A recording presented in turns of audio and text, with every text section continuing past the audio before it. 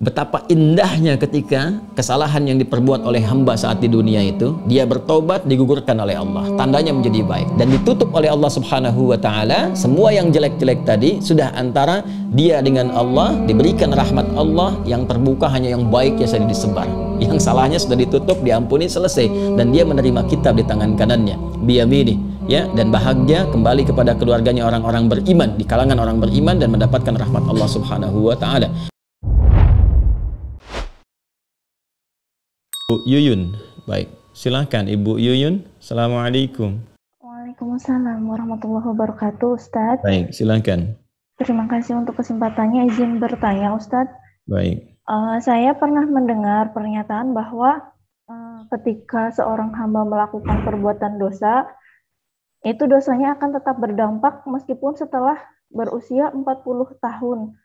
Jadi jika tidak di dunia, dampaknya itu akan tetap mendapat balasan di akhirat, sampai seorang hamba itu menghadap Allah dengan keadaan bersih. Pertanyaan saya, jika benar demikian, lantas bagaimana ketika seorang hamba itu sudah bertobat dengan hijrahnya supaya istiqomah ketika dia akan tetap mendapatkan balasan-balasan dari dosanya tersebut, Ustadz, supaya tidak mungkin mundur lagi gitu.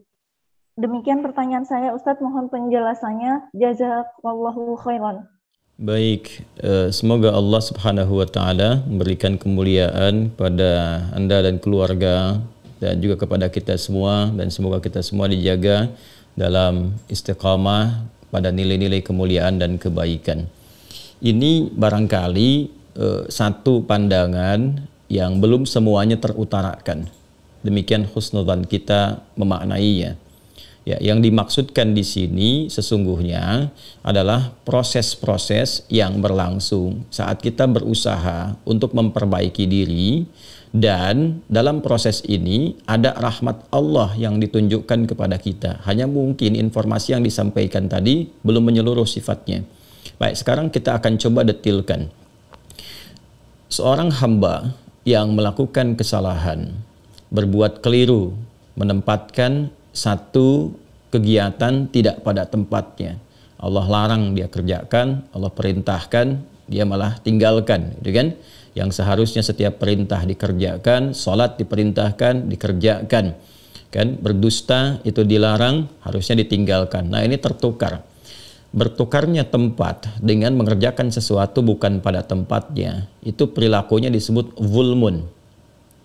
Pelakunya disebut dengan zalim. Perilakunya disebut dengan zulmun, pelakunya disebut dengan zalim, menempatkan sesuatu bukan pada tempatnya. Nah, perilaku zalim ini punya banyak tingkatan. Ya, tingkat tertingginya nanti seperti syirik, ya kan? Itu tingkat tertinggi dari perbuatan zalim.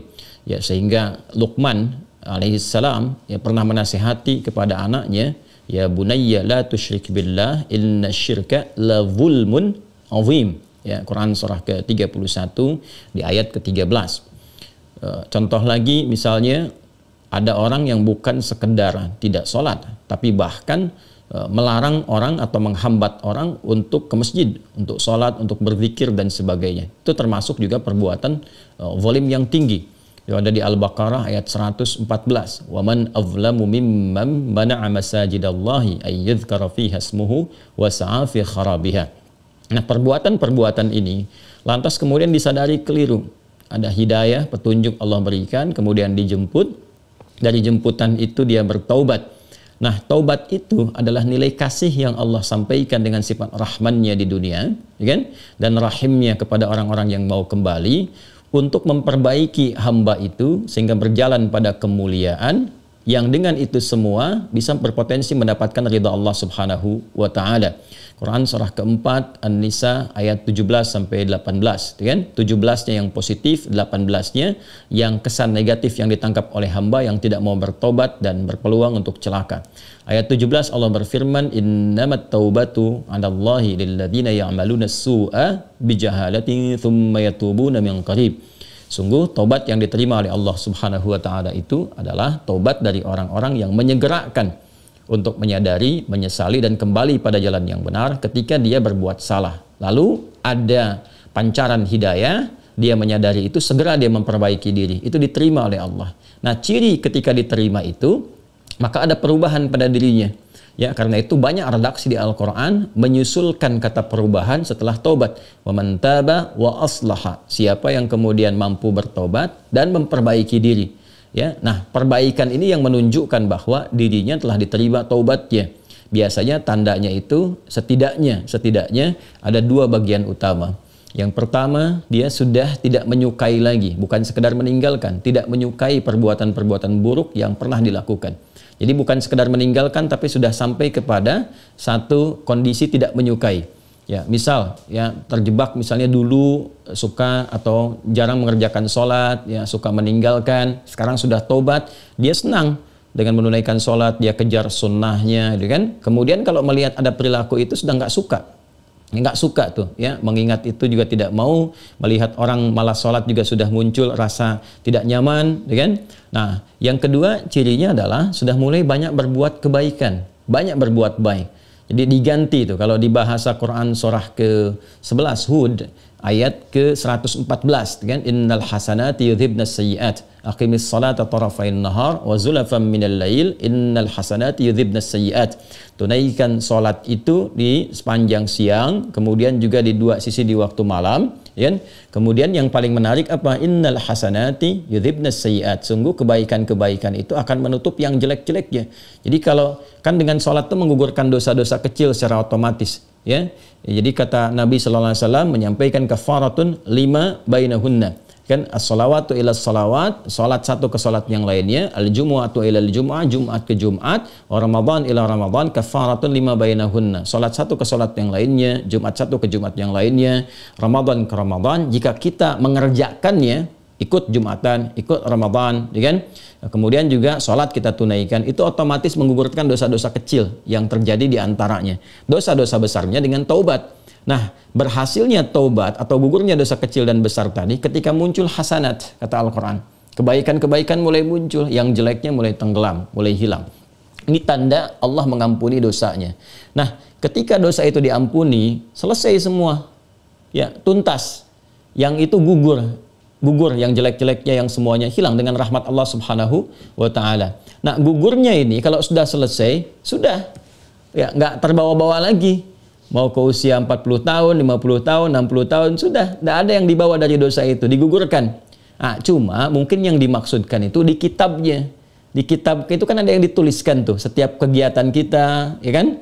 Aktivitas kita itu kan tercatat, ada malaikat yang Allah tugaskan untuk mencatat. Kita di simpul kedua di bab akidah itu belajar tentang malaikat.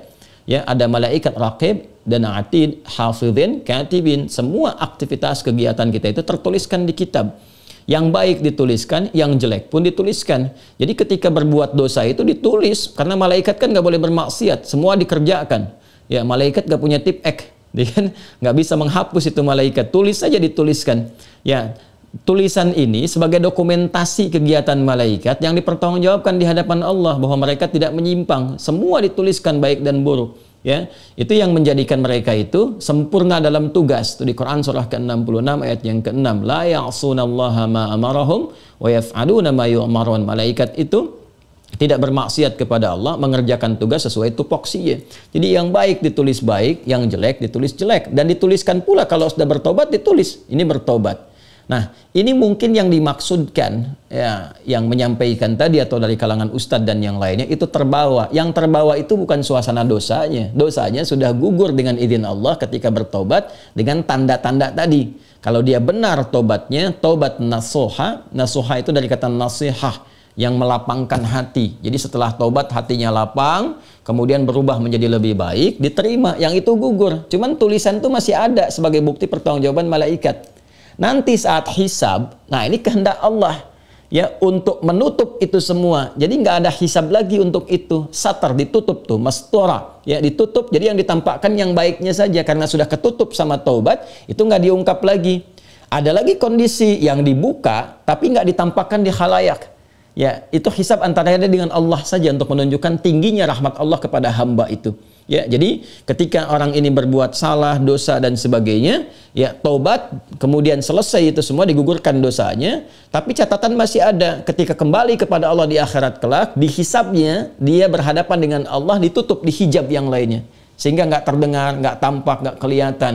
Ya, karena standar awal itu semua dibuka. Wa may ya'mal mithqala dzarratin khairan yarah wa may ya'mal mithqala dzarratin syarran yarah. Yang baik ditampakkan, yang buruk ditampakkan. Nah, nampak itu kelihatan oleh semua makhluk melihat. Oh, rupanya si fulan begini, ada kebaikan yang selalu disembunyikan, di akhirat diviralkan. Kalau sekarang kelihatan cuma 1-2 orang, atau ada bahkan yang tidak bisa mengakses. Sekarang musim digital, hampir semua bisa melihat, tapi ada orang-orang tertentu yang tidak memanfaatkan dunia digital ini, nggak tahu. Tapi di akhirat semua makhluk melihat, mengetahui kalau baik, oh ternyata si fulan itu hatinya bersih, baik, ya kelihatannya seperti orang biasa, tapi dia bersedekah sembunyi-sembunyi dan sebagainya. Sisi lain, ada orang yang kelihatannya baik ya, nampaknya bagus, tapi ternyata dia punya perilaku buruk dan sebagainya. Itu may ya'mal mithqala dzarratin syarran yarah itu. Nah, ada hamba-hamba yang dilindungi oleh Allah.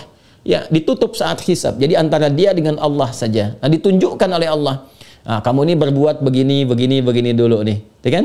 Nah, dengan rahmatku itu sudah diampuni, sudah selesai, sudah ditutup semuanya. Jadi yang diungkap cuma yang baiknya saja. Nah, inilah diantara syafaat yang langsung Allah berikan kepada hamba itu, ya menutup semua kisah-kisah buruknya dan menunjukkan rahmat Allah untuk mengampuninya. Sehingga terasa kita secara personal.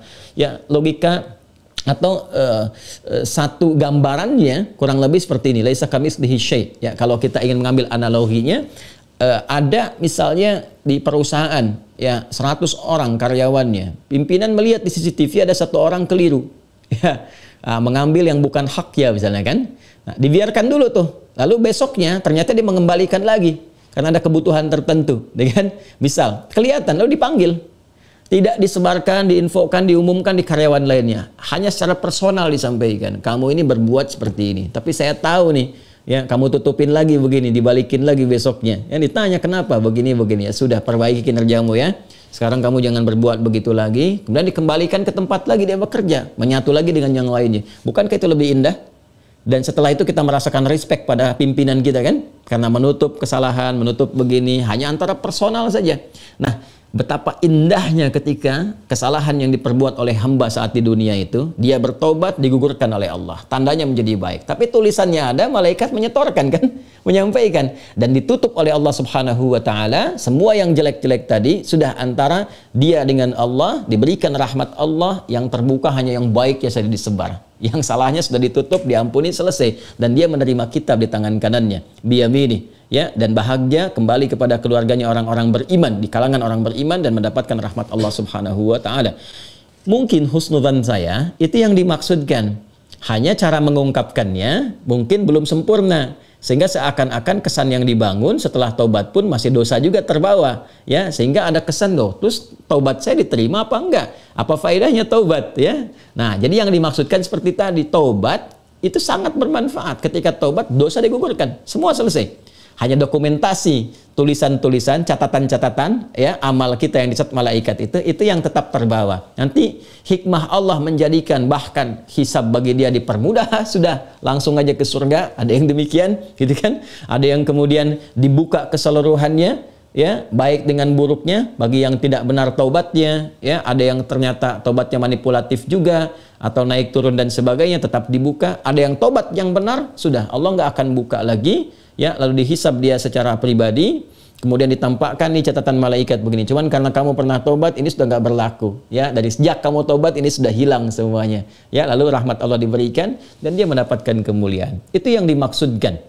Ya, jadi jangan salah kita menangkap bahwa pernyataan ini menggugurkan taubat yang telah dilakukan.